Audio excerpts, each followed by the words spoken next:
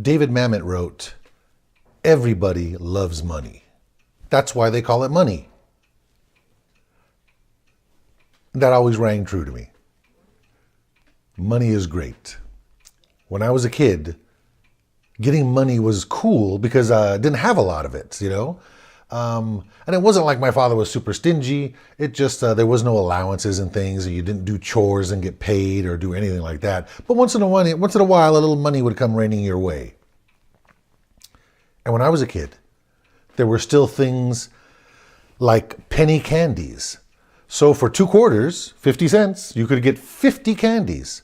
You'd get a brown paper bag and they'd all be thrown in there. And as you walked back from the store, all your friends would come out knowing you had a big bag of candy that you'd have to pass out as you went home.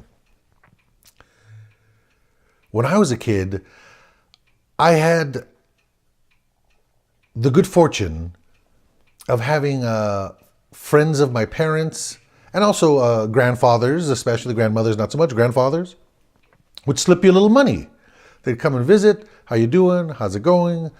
Very good. And before they dismissed you as a child and got to talking to your parents, you might get slipped a little scratch, a little dough. And if ever someone gave me paper money, you know, a dollar, sometimes a $5 bill, rare, but got it sometimes. Someone gave you paper money, folding money. My father, good man that he was always there to say, "Hey, give me that money. You're going to lose it. I'll hold on to it for you." And he would always take it and stick it in there so that way I wouldn't lose it. This went on my whole life. Lucky enough to get a little money, you know. My grandpa Tino, who was my maternal grandmother's second husband, great guy, fought in the war, all kinds of the big war, World War II, always had a buck when he came in for me. When he came in to visit, always had a dollar for me. My father would always very kindly say, "Oh, give me that dollar. I'll hold on to it for you." It was good of him. Soon, my Grandpa Tino switched over to giving me coins. He would always have 50-cent pieces. And whenever he saw me, he'd always give me 2 50-cent pieces. And my father, I realized, wasn't interested in coins. And so those I held on to, or usually ran straight to the store and spent them. Paper money you wanted to hold on to as a kid for some reason. It seemed like something to hold on to. Well, it didn't matter because my father held on to it for me. Well, as I said, friends, grandpas, things like that, give you money. One day, my father's good friend, Joe Fitzgerald. Joe Fitzgerald was a character.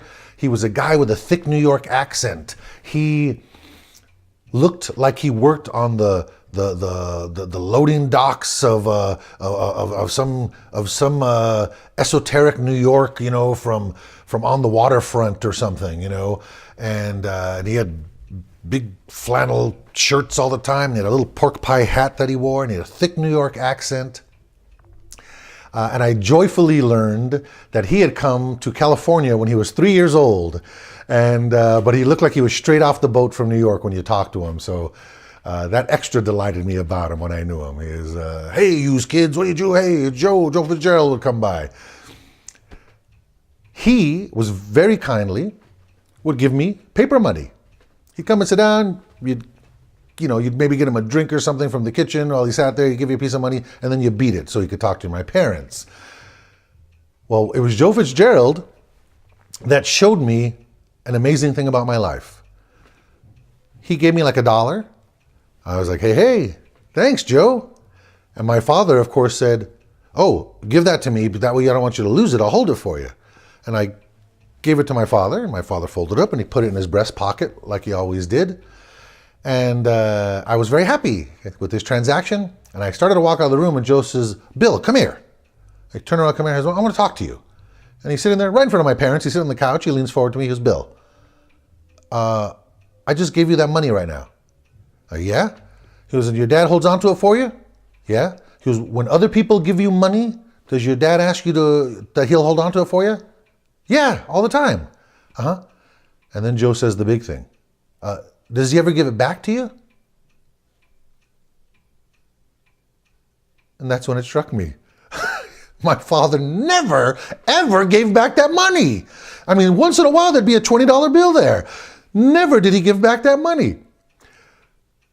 And I said, hey, yeah. And I turned to him and he was caught. and like a cornered criminal, he immediately started babbling. He goes, well, of course I would. What are they going to do with money? Oh, hold on. And he went into a rant about how kids didn't need money or deserve money. And he turned into this monster right in front of me, like this character from a German fairy tale. Children don't need money, and that's why I take the money. And then he cursed at Joe. F you. It's none of your business. And I was like, oh, hey. And he took the money out that Joe gave me out of his pocket, my father, and he crumbled. He goes, here, take your money and get out of here. And Joe Fitzgerald was laughing and rolling. And it changed my life because I never gave my father another penny again as a child when people gave me money. And I put it together as I left outside after talking to Joe, and with my crumpled dollar in hand, it came to me that Grandpa Tino had switched from giving me paper money to coins because he'd figured it out that my father would take the money and put it in his pocket, but he didn't want coins. So, I don't know. It turns out that David Mamet was right. Everybody loves money. That's why they call it money.